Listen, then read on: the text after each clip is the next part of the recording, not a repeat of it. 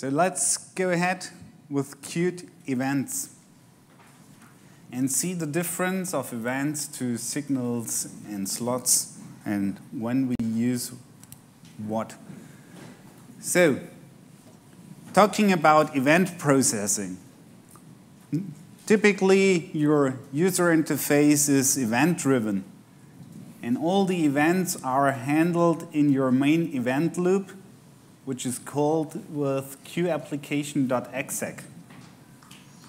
So that means your event loop is running and trying to get the events here, in this case, from the keyboard or the mouse or by internal Qt timers, and queue these events in an event loop. So that means you have a large queue and all the events go into this queue. And then you need somebody which is responsible for dispatching events to the correct receiver object. So when you are talking about key events and mouse events, these events are dispatched to the widgets which have the focus, the keyboard focus. So, and talking about mouse events, the mouse events are dispatched to the correct widget which is under the mouse cursor. So, and this is done by QApplication. This determines which is the correct receiver to handle these events. And then each receiver object has to handle the specific events. And this is done in the QObject event function. So this function handles all the events for your specific object.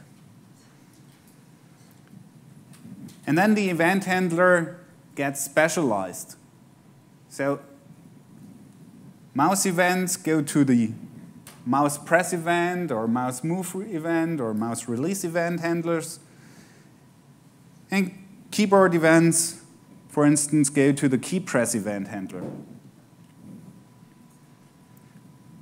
And then it's up to the widget whether it accepts the event or it ignores it. So let's say you press the Enter key and the widget with the keyboard focus says, I accept the return key or I ignore it. So when it accepts the event is consumed and everything is done. When it ignores the event, then it's up to the application to decide who is the receiver of this event. So normally, this event is propagated to the parent of the widget. Let's say if you're in a combo box and press the Enter key and the combo box doesn't or ignores the event, it goes to your dialog, for instance. So with the event accept and ignore, you can influence the behavior of the event handling.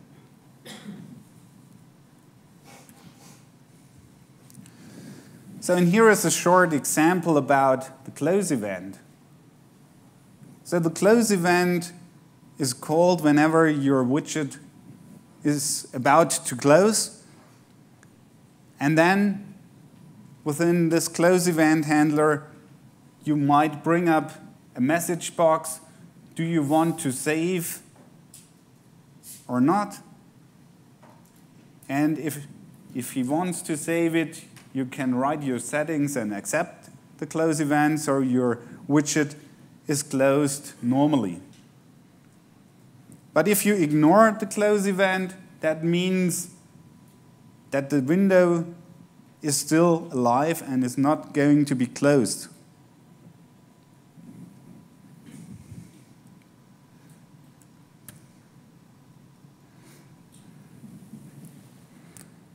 So comparison of events and signals is signals are mostly used if you communicate between components and if you have a dedicated sender and receiver object. So in this example, we had a button and we had a dedicated slot which handles the button click. While events is more a low-level API which handles things where you might not have a dedicated sender object. So for instance, if you like to redraw your widget, you just get a paint event from your underlying operating system.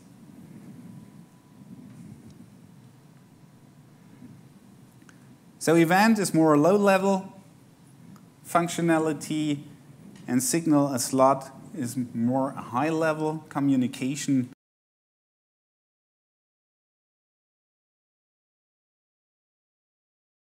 To develop your own events if you need that.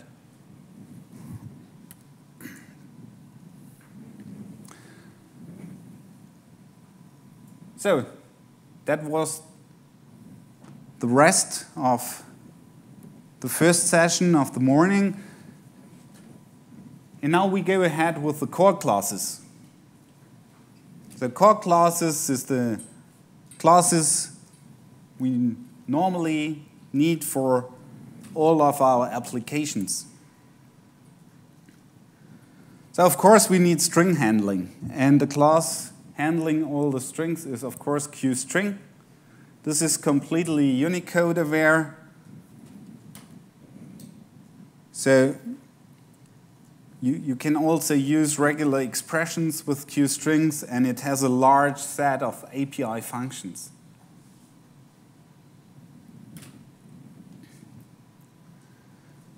So container classes is a set of classes like lists, sets, and maps or hash tables where you want to store your objects or information.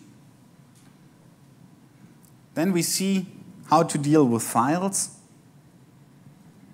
and how to use variants to use different data types. So string handling is pretty simple, and most of you know some classes, string helper, which deal with all the strings so that you can concatenate strings, you can convert numbers to strings, and the other way around. It deals with the Unicode things. It takes care if you want to transform some ASCII strings into Unicode.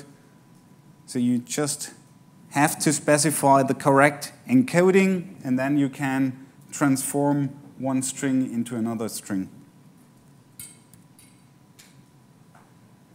Yeah, here's just some API functions of QString. And this is not the only functions. So just feel free to have a look in QAssistant and take a look at QString. It's dozens of functions which help you handling strings. Here are some examples how to convert strings to numbers. And of course, converting a string to an int might fail. So that's why the toInt and toFloat functions have an additional parameter to a Boolean value, which returns true if succeeded or false if failed.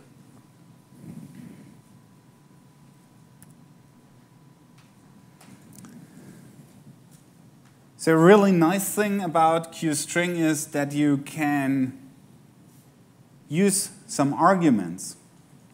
So let's say you would like to have a string processing file, and you would like to replace this %1 with a real file name. So you can just use the arg function and pass every kind of parameter to the string.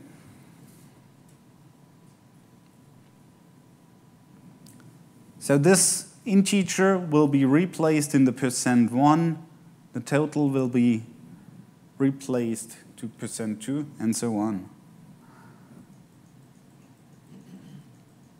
And you might need to use that because of multi-language support.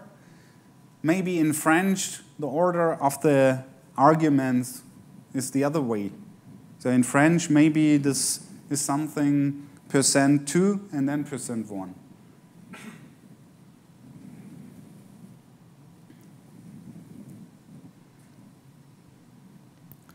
So there's many functions available for this argument, converting every kind of parameter into a string. So here you see the argument for a double precision value.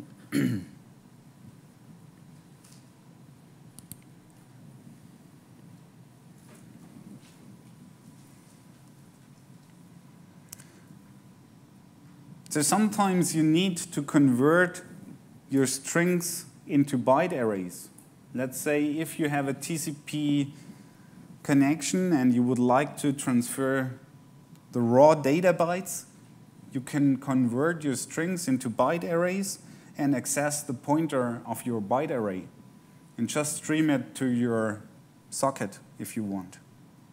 So there's also this helper function available to get the data for a QString, to get the byte array. But in this case, you must take a little bit of care that this pointer is only valid for the lifetime of the byte array, of course.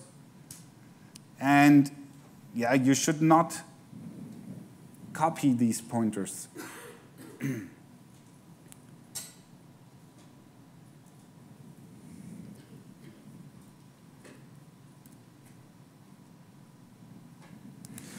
Okay, so here are some more API functions to get the length of a string, to ask the string whether it ends with a specific substring or starts with. You can find substrings with the contains function, or you can use the index or last index of to find the position to locate a substring in a string.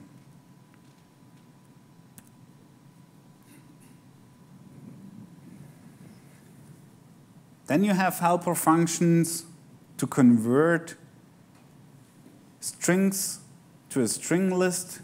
If you have comma-separated strings, you can just specify the delimiter and split a string in a string list, or the other way around to convert a string list with a join function to a string.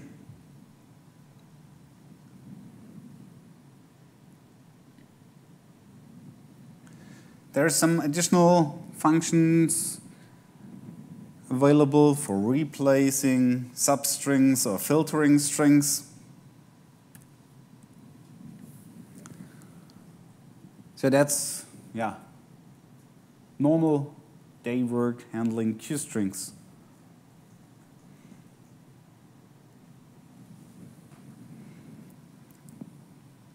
If you want to handle URLs, you can just use the convenience class QURL, just specifying the URL, and this has some convenience method for handling URLs for you. If you like to open a browser with a specific URL, you can do this with the QDesktop services, open URL. So this opens up your standard browser and opens the URL for you.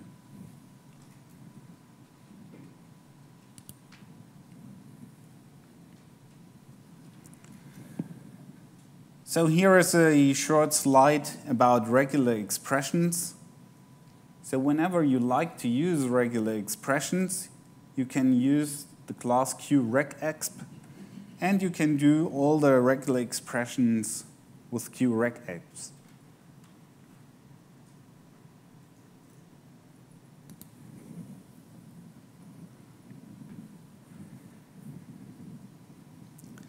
Okay, any questions so far?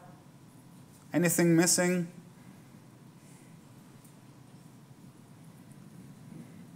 Okay, so let's take a look in the container classes.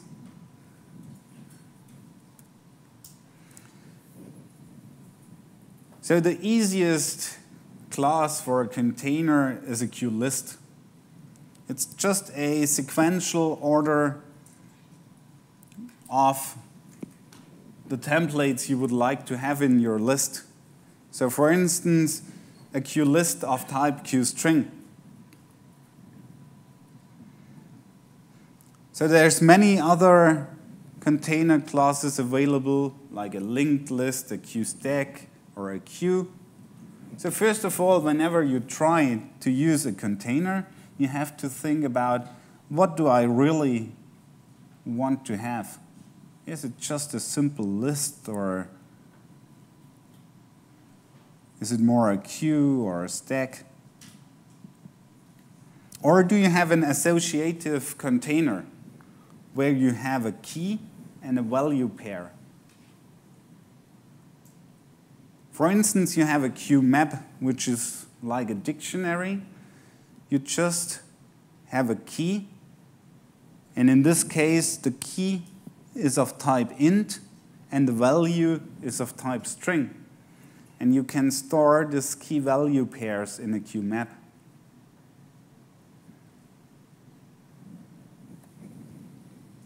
Key value pairs you can also store in a hash table or in a QSet, or if you have multiple keys in the same map, you can use QMultimap or multi-hash.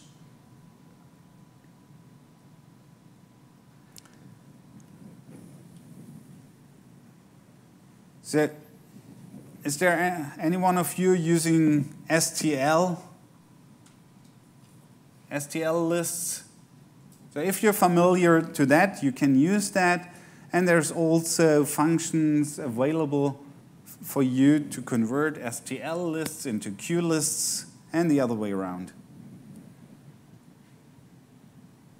So you can still use it in your, it's just plain C++. Feel free to use both of them, whatever you like better.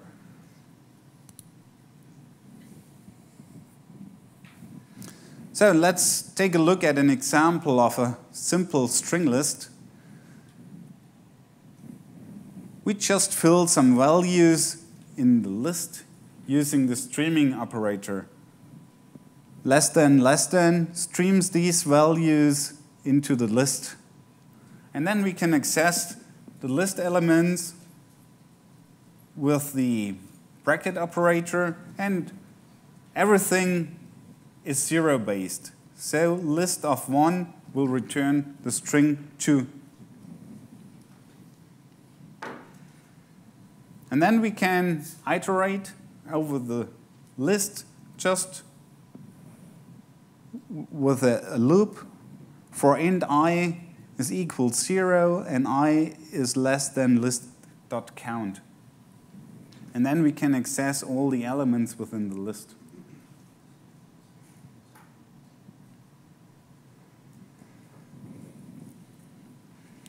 So how to deal with maps? Here we have a key value pair. So in this case, the key is of type string and the value is of type int.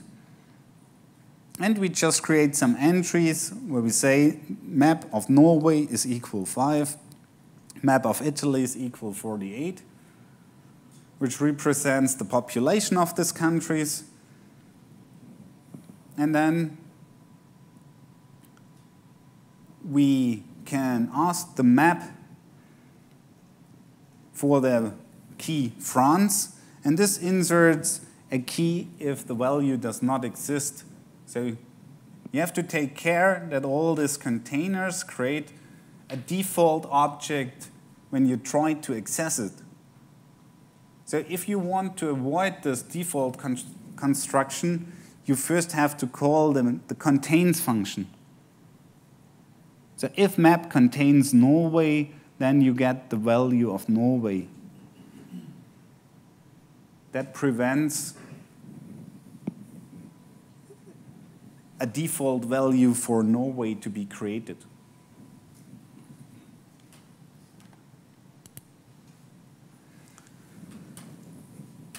So when talking about lists and maps and so on, we have to think about the complexity. You have to think what you really want. How large is your data set? Do you just have 100 entries, or is it 1,000,000?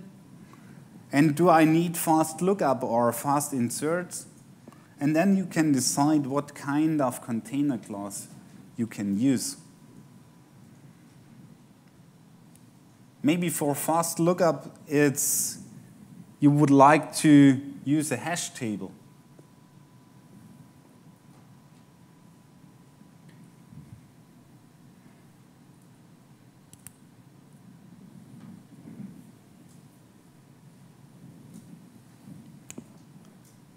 Okay, so how can we store our own data types within the containers?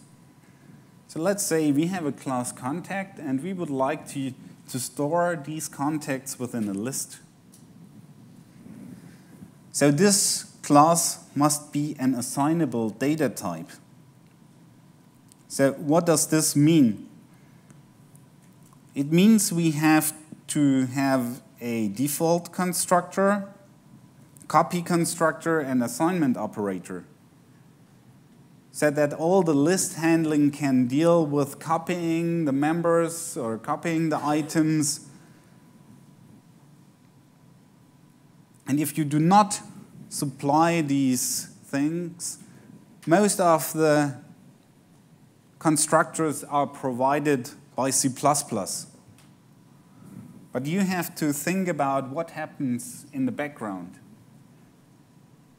So if you take an object and put it to a list or get it out of a list, it might be that this constructors are called to copy the items.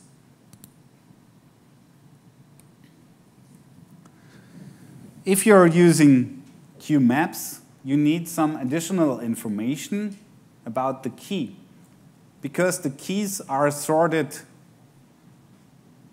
by the order. So you need a less than operator so that Qt can identify to which position it will insert a new value.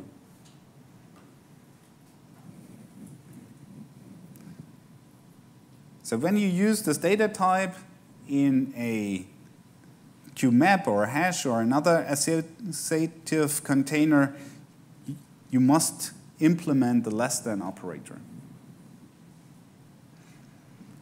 If you're using your data type in a hash table, of course, you must create a hash value out of your data.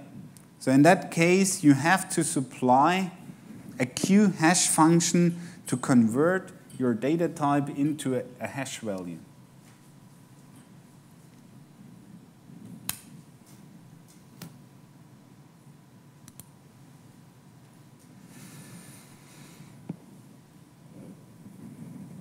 So now we would like to iterate over our lists and other containers. And there's two different ways of iterator. One is the Java-style iterator, and the second one is the STL-style iterator. Both doing the same things, but looking totally different.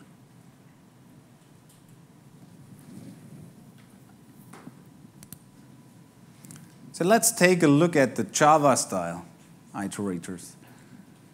So the iterator points between the items, as it is shown here with the red arrows. And you can just populate a string list here, create an iterator on that list, and then you can use the hasNext function to go to the next element. And this looks pretty simple. While iterator hasNext, you just send the string to the debug output. So, and this will show you A, B, C, D in your debug output window. So the same functionality is available for backward iteration. You just go to the back and say, while IT has previous, go to the previous item.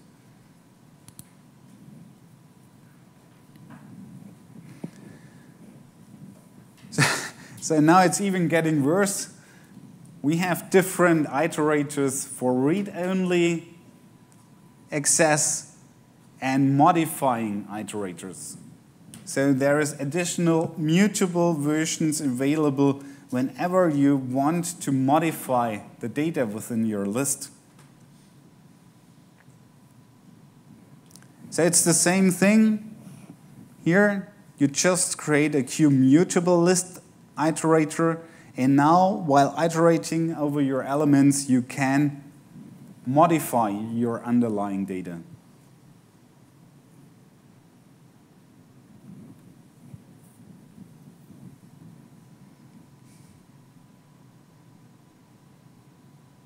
So who has ever used these kind of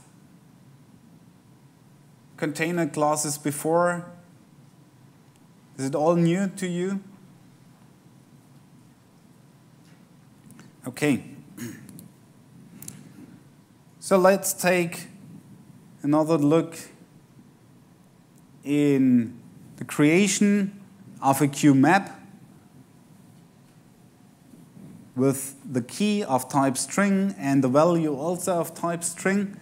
We just fill some sample data to the map, and then we can iterate over the map and just filter out all the strings which end with city and remove them.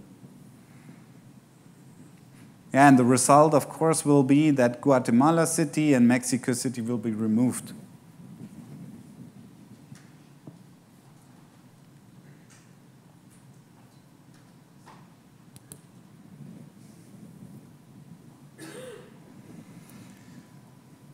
So if you prefer the usage of STL-style Iterators,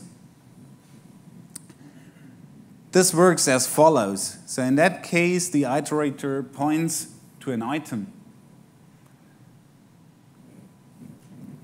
So we have the same list, QStringList with ABCD, and we create an iterator on a string list called I, and then we can iterate over the list with begin and end. So for I equal list begin, I not equal list end, you can just call the plus plus operator of the iterator to go to the next element.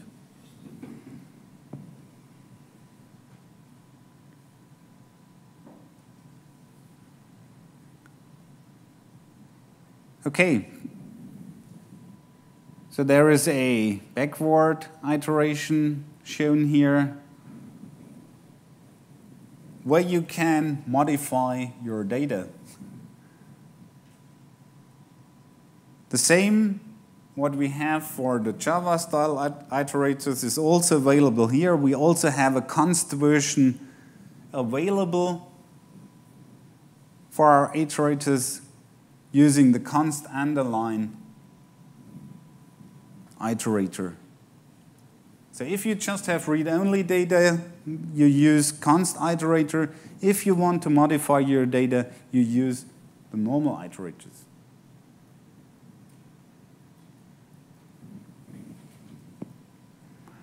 So whenever you can use read-only iterators, you should do so because they are faster than the mutable versions.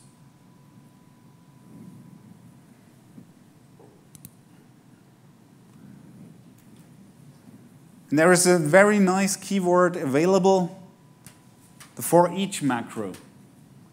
So foreach lets you iterate over a container very simple. So you can just say for each element in list, do something with the element. So whenever you can use the foreach macro, you should do so, because it's pretty simple. Your code is very easy readable, and you can use the break and continue statements if you want to get out of the loop or to the next element.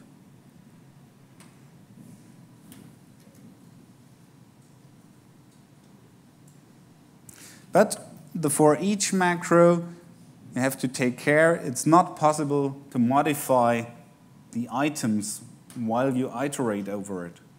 So for each, only for read-only iterators.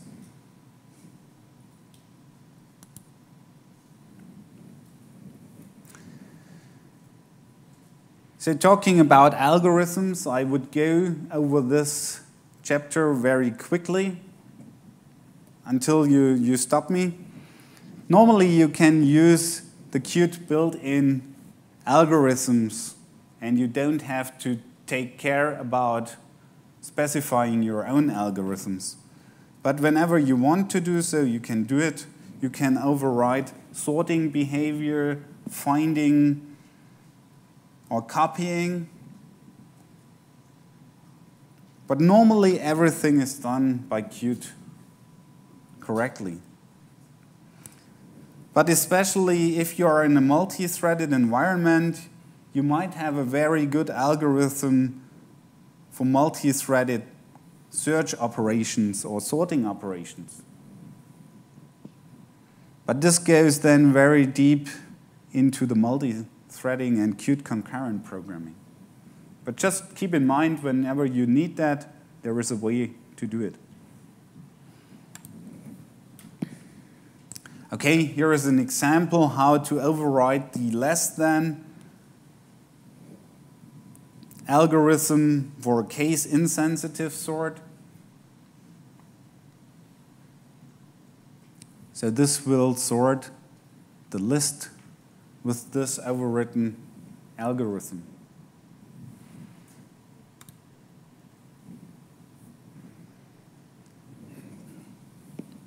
So now we have to talk about an important term within the Qt framework, which is called the implicitly sharing of your data.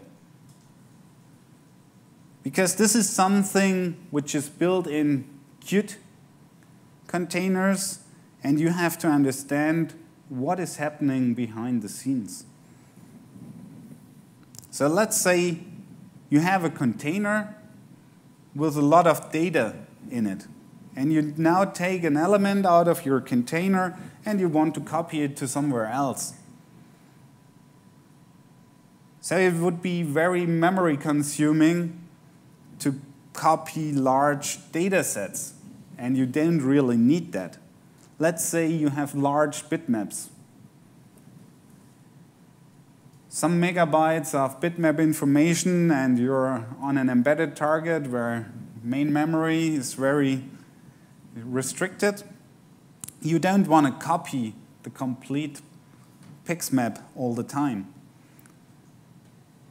So Qt decides for you whether it just copies a reference to this data or whether it does a deep copy. So how does it work then? So if you have multiple container classes accessing the same piece of data, and you just want to have read-only access to this piece of data, Qt just stores a reference to it and internally has a reference counter to know when to release the memory. So now this is okay if the containers just want to read the data. But now the first client comes and wants to modify the data.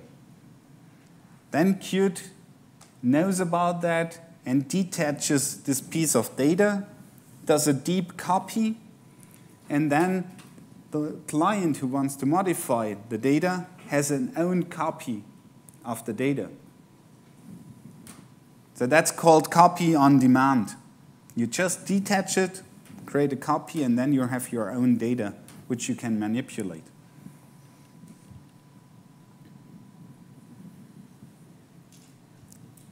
So just keep that in mind when you're dealing with container classes.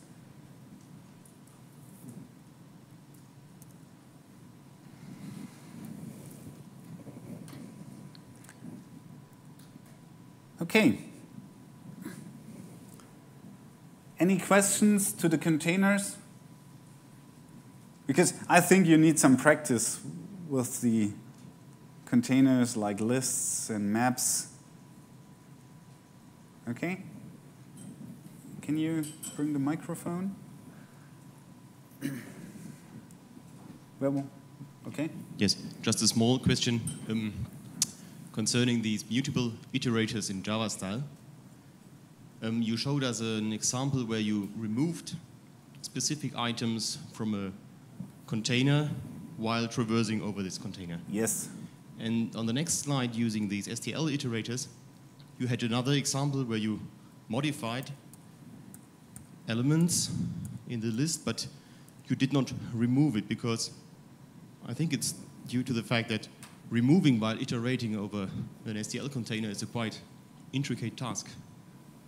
And so, for instance, if you want to delete an element from a vector, from an STL vector, while iterating over this vector, it will invalidate the iterator. So you have to make special tricks to correctly remove these tasks. Yeah. My question now is the mutable iterator, is it prepared for these difficulties already? You mean if you iterate over Q vector? Not a Q vector, an STL vector. Or an STL vector. But you have to, first of all, you have to convert your STL vector to a Q vector to use these Qt iterators. Otherwise, on the STL side, you can iterate using the STL functions. Yes. But my question is, would the use of these Qt iterators solve the problem of removing elements from a container while traversing over it?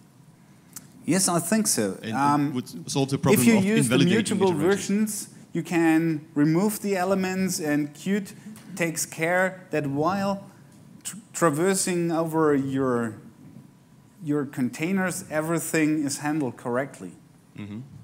Okay. And just another question. You said that using Qt containers, is even simpler than using STL containers. Does it mean that you have a uniform interface for functionality for all these Qt containers? For instance, on the STL side, it's sometimes a pain to use the correct algorithm. Yes. So it depends on if you are working on a list or on a vector or on a map. Yeah, I'm not an STL expert, but it's very simple if you first convert your STL lists into Qt lists or Qt containers, and then you can use the foreach macro and everything which is available in Qt. So you don't have to deal with STL from that point of time. Okay, yeah, thank you. Okay, there was some other questions.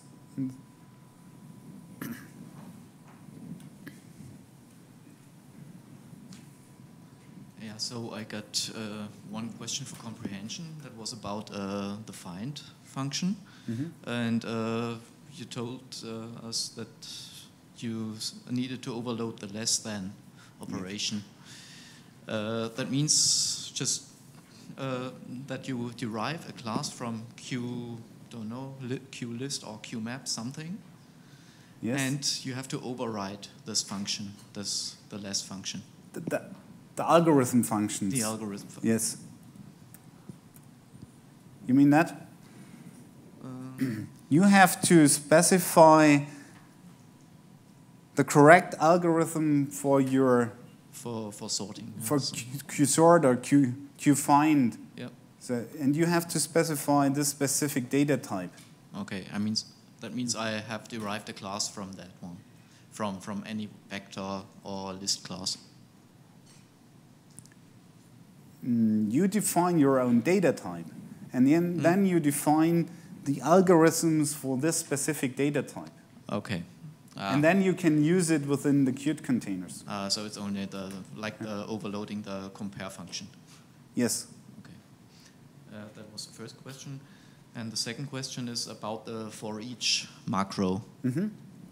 Does it handle polymorphic data that you're using? For example, you got a vector or a list of Q object, for example. Yes. And it simply picks out, and you got, for example, say for each Q string, and does it sort out all strings of a polymorphic class? Or polymorphic you have to specify a container class of a specific type. Let's say you have a list of type QString, and then you can say for each string in your container. It has to be the type, yeah. Exactly. Okay. Yes, and but not if the base class. If you would like to use polymorphic classes, which you said, you might derive your classes, let's say, from QObject, and then you have a list of QObject pointer, and then you can dynamically cast all the elements within the QObjects, let's say, to a class A derived from QObject. So you can put all different kind of QObjects in a single container. Okay, but within the loop, the class, the functions which I have to call have to be specific for all of them. Yes, the list can only contain one specific data type. Oh. Okay? Yeah. Okay, that's. Any more questions?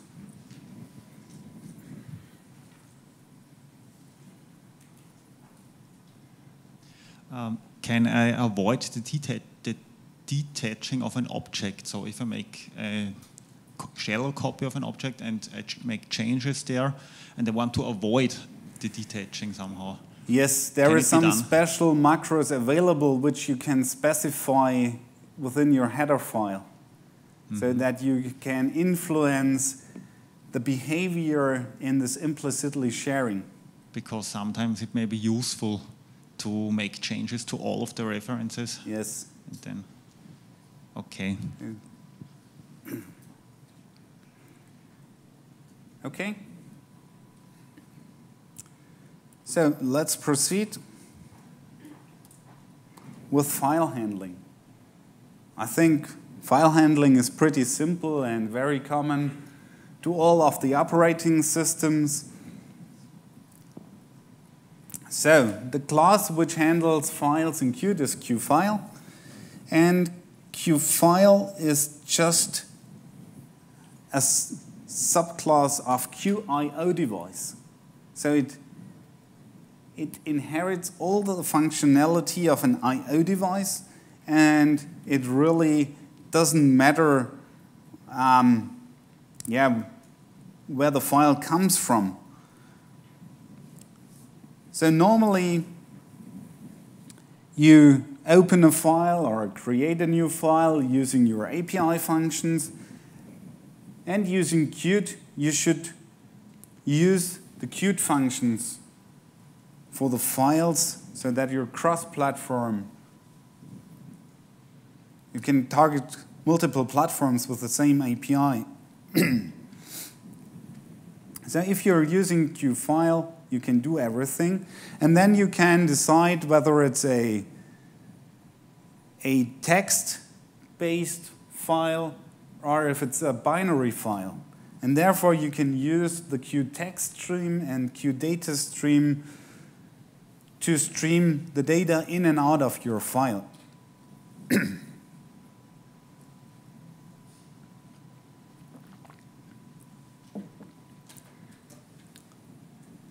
That means if you have a data stream, you can serialize all different kind of binary data.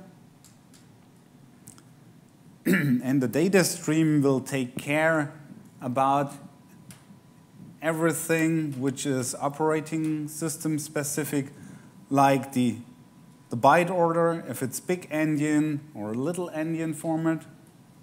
So are you aware about this endianness? It's just a question of swapping the bytes in which order. So Intel platform is different, let's say, to PowerPC. And if you want to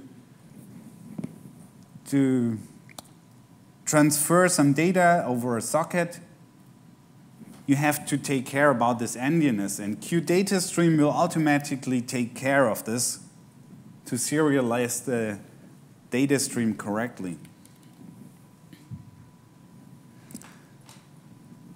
Okay, then you have some additional helper classes if you would like to get some file information. If you're dealing with files, you always have the problems of which is my path, which is my file name, and which is the extension, and you have to do some string manipulation to find the extension or the path. And so therefore, you can use QFileInfo to get all this information, or you can use the QDir to get access to your directory structures.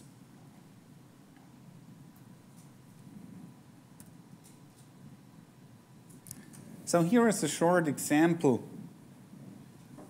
how to read and write a file. So first of all, we create a file on myfile.txt. Then we open the file with write-only access.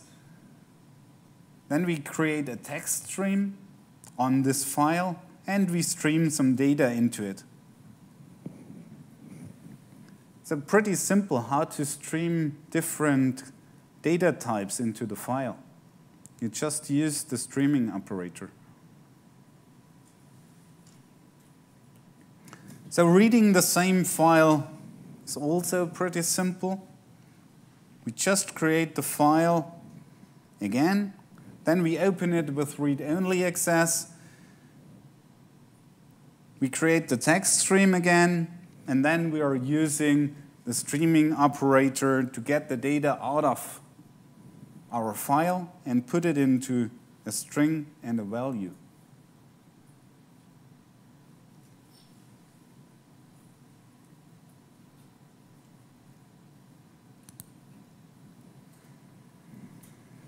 So QTextStream is aware of the encoding, so it's fully Unicode aware, so that you can put all kind of strings or text-based data into your file. You just have to set the right codec, what you want.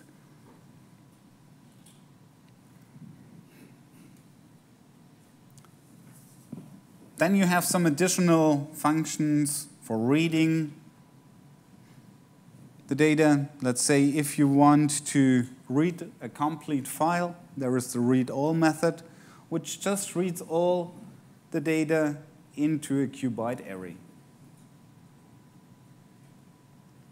Or you can just read a single line specifying the max length.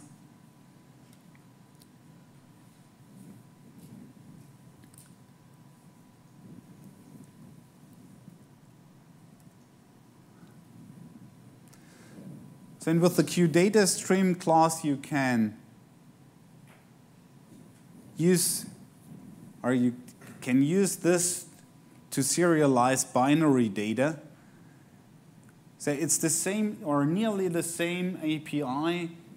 Just the difference is that we are using QDataStream instead of a text stream, and we stream some string and a color object into our file.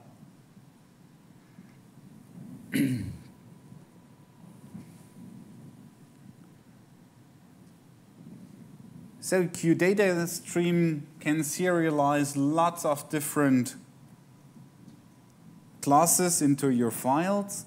And if you like to serialize your specific data types, you just have to ensure that your data type is capable of the streaming into a data stream.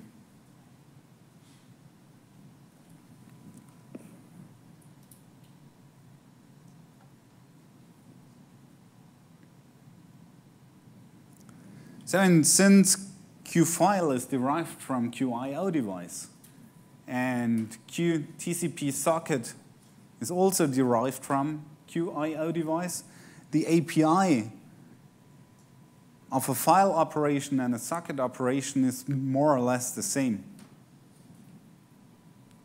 So Qt takes care of streaming it in the right I/O device, so which makes it really convenient for you.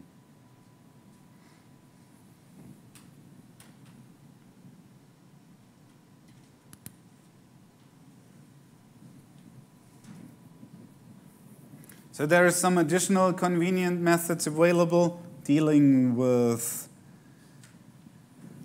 some media data. So let's say if you like to open a PixMap file, you can just load it by specifying the file name, and Qt knows all about how to convert a .bmp file or a .png file into a QPixMap.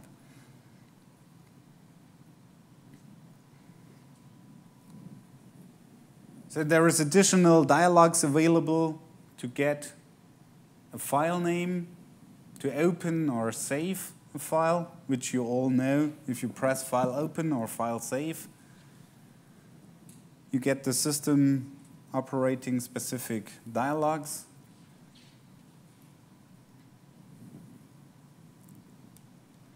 And there is further methods available for file operations. You can check whether a file exists. You can rename, copy, or remove files. Or you can directly access the directory information using Qt-dir.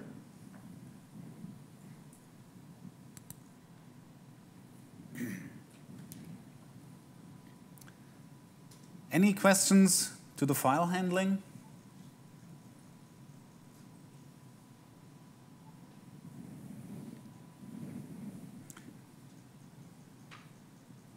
Okay, so let's go ahead with the variant. Who knows what a variant is? Used it before? So variant is used to handle different kind of data types. So compared to a union in C++. So you can specify an integer or a string or some other data type in a variant. And all the QVariant supports the implicit sharing. That means copy on demand, and supports user-defined data types. So the QVariant can already handle the built-in Qt data types, of course.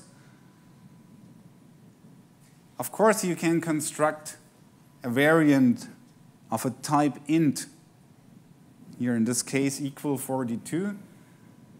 So the QVariant knows that this is an integer value represented, and we can convert our variant back into an integer value, just calling the toInt function. So whenever you want to know which data type it is, you can ask the QVariant type name. So this gives you information what data type is currently stored in my variant.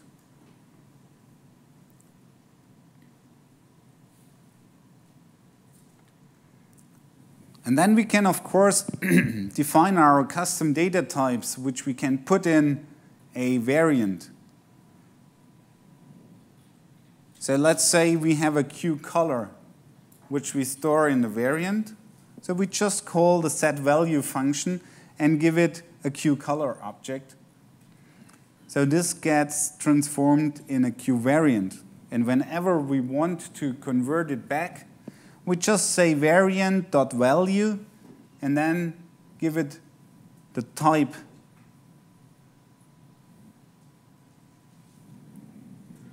So we get a QColor value back of the variant.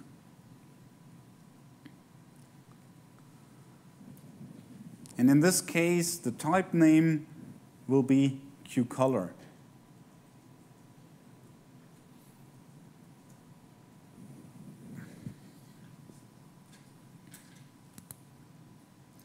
So what do we have to do to make our custom data types working with QVariant? So we have to declare this MetaType to the Qt data system.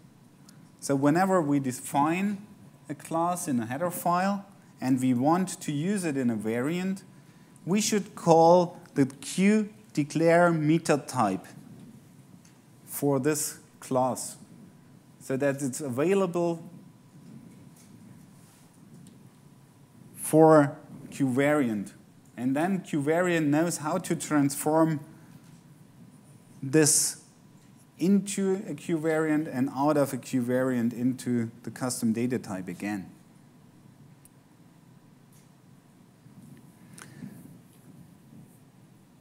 So for this custom data types, our class must support the default construction, the copying and assignment operators.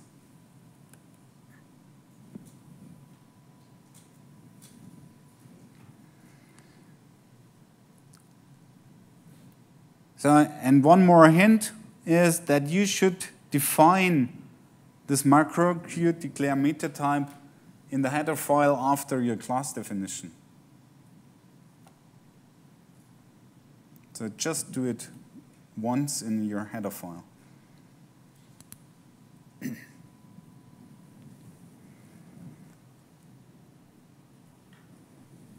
So here is an example on the custom data type of this type contact. So again, we have our main function, and then we create a contact C and set the name of this contact to Peter. And then we convert this contact into a variant V by calling the QVariant static function from value.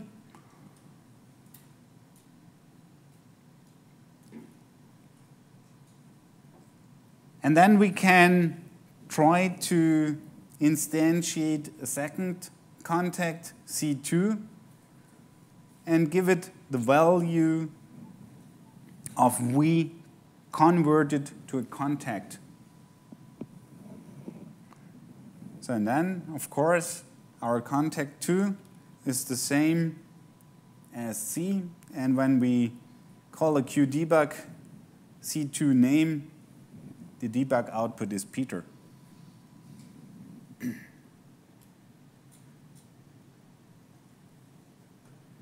So that's a good example also for implicitly sharing, because Peter is just kept in memory once, and C2 only has a reference count to C.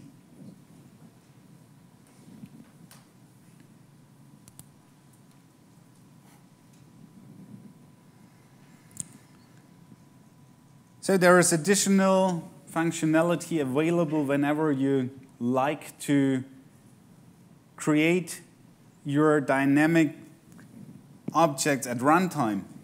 So whenever you would like to create a new contact, you have to register this MetaType with the QRegister MetaType function. So this allows you to dynamically construct your custom data types.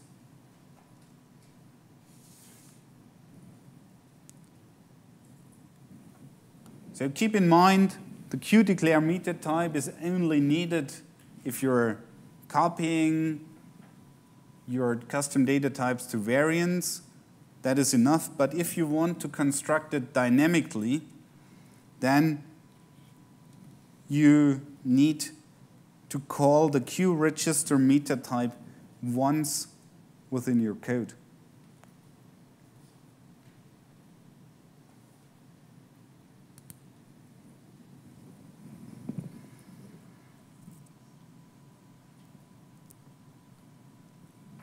Okay. So now we have used QVariants. So what is the use of QVariants? What is it really good for? It's good, for instance, for properties. So every QObject can have its own set of properties. So and each property can be all kind of data types. Let's say your widget has a property background color, and this is of type QColor. So all the properties are handled as variants. So and whenever we like to give our objects a property, we can specify them using the QProperty macro.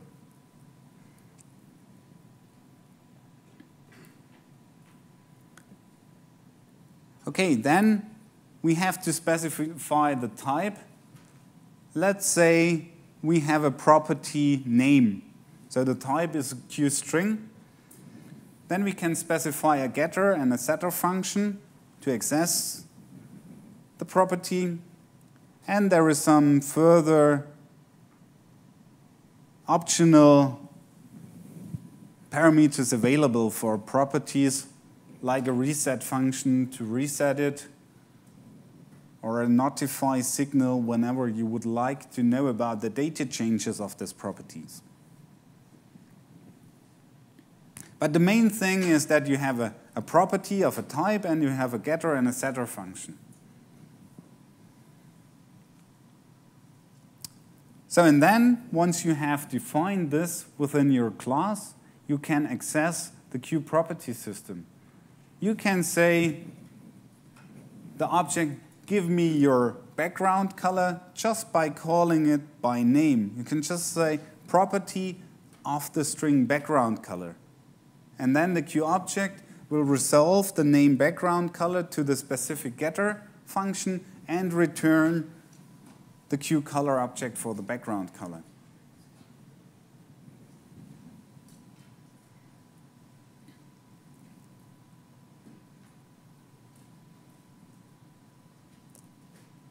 Maybe at that point of time, it's good to go back to our Qt creator. So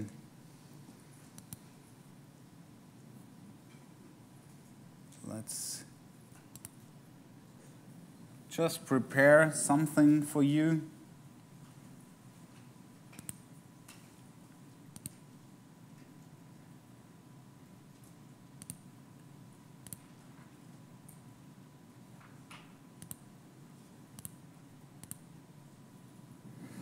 So, for instance, Qt will list all the available properties of a widget in a property window.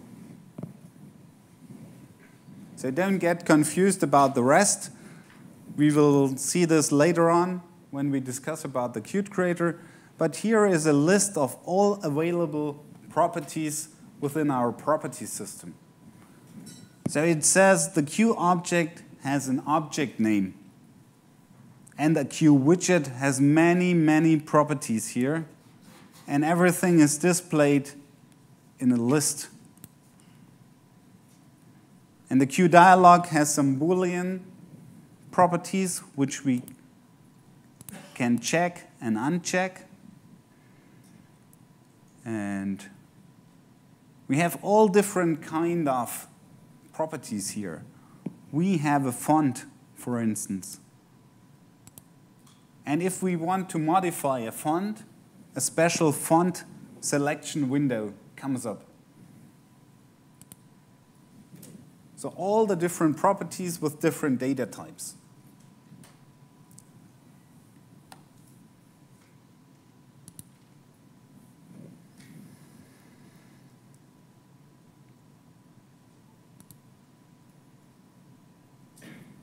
So, and here is the code you have to implement whenever you like to use QProperties. So, since QProperty is also relying on the meta object information system, we have to specify the QObject macro. Very important. So, whenever you derive from QObject, just put the QObject macro to avoid any compilation or linking errors.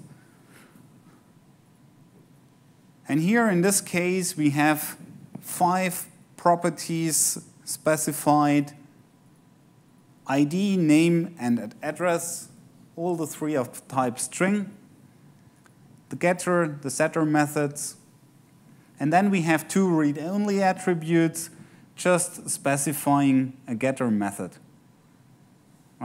That's a read-only, and this custom type is a read and write data type. It has a getter and a setter function.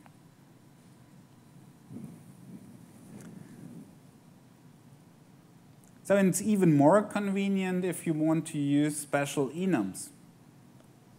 Let's say you have a specific mode, and it can have the values corporate, individual, educational, or government. So you can define an enum and declare this with QEnums so that Qt property system can make use of it. Then later on, if you want to access your data, let's have a look at an enum. So this would come up as a list box. So then you can specify the correct value for that. So in that case, these strings would appear in the combo box.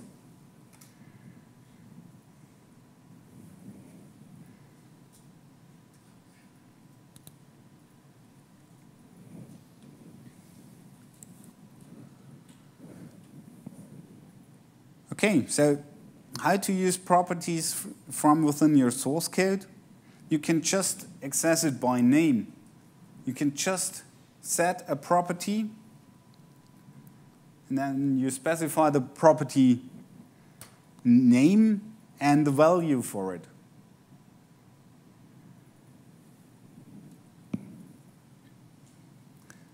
So and with the set property, you can specify all kind of data types which fit into a QVariant.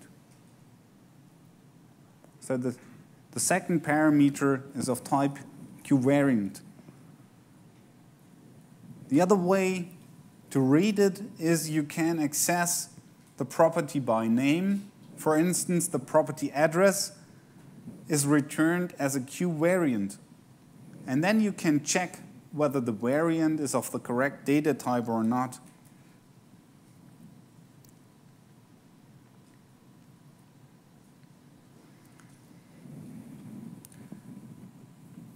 So assume you have a complex painting program and you have some shapes. And you have all different kind of shapes, and everything is a QObject, and you would like to ask this object, are you a triangle? You can just ask the object with a property. You can just say, what is your name? What is your type? What is your background color? And let's say if your background color returns an invalid QVariant, it does not support this property.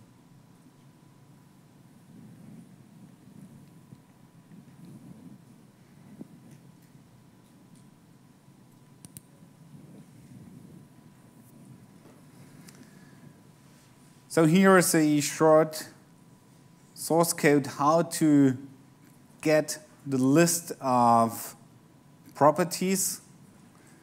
So I don't want to go too much into detail because this is something which is implemented in the Qt Designer, for instance. You can just ask the meta object what properties it has.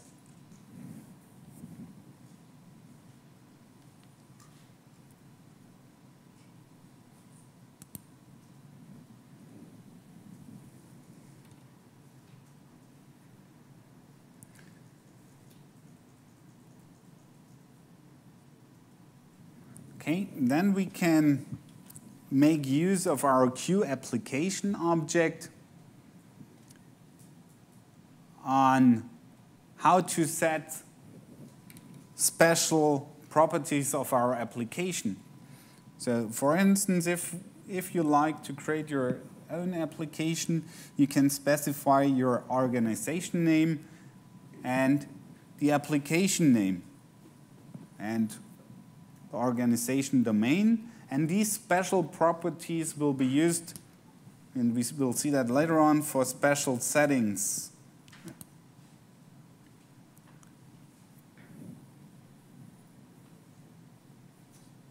So another example on extended properties. So these properties of an application will be used for specific functionalities like the settings. If you would like to store some information of your application, you can use the settings, QSettings clause to store some specific information of your application. And on a Windows system, this goes to the registry, or it can go to an INI file, using these kind of properties.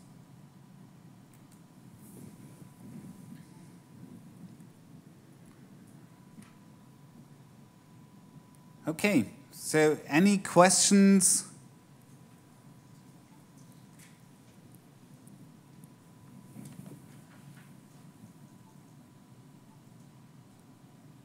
I know this was a quick walk through all the different kind of classes and functions, and if you're all very new to Qt, this must be a lot of information for you, but unfortunately we have only one day for this training and no practice at all. So just feel free to ask questions if you have any problems. Okay?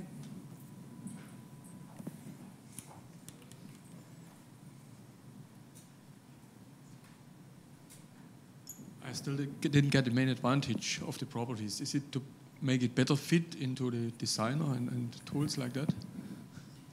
So properties is really useful if you don't know about your object in detail.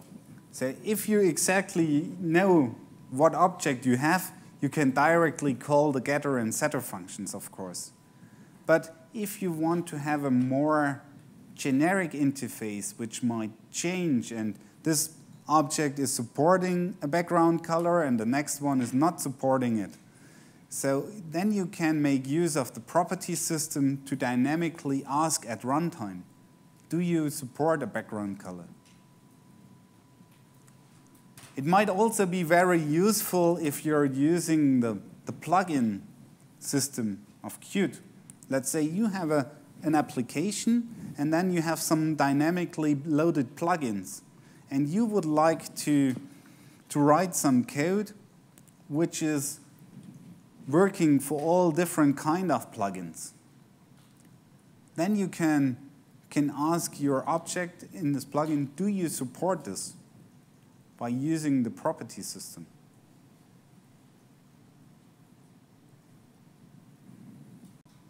So we are at the end of this part.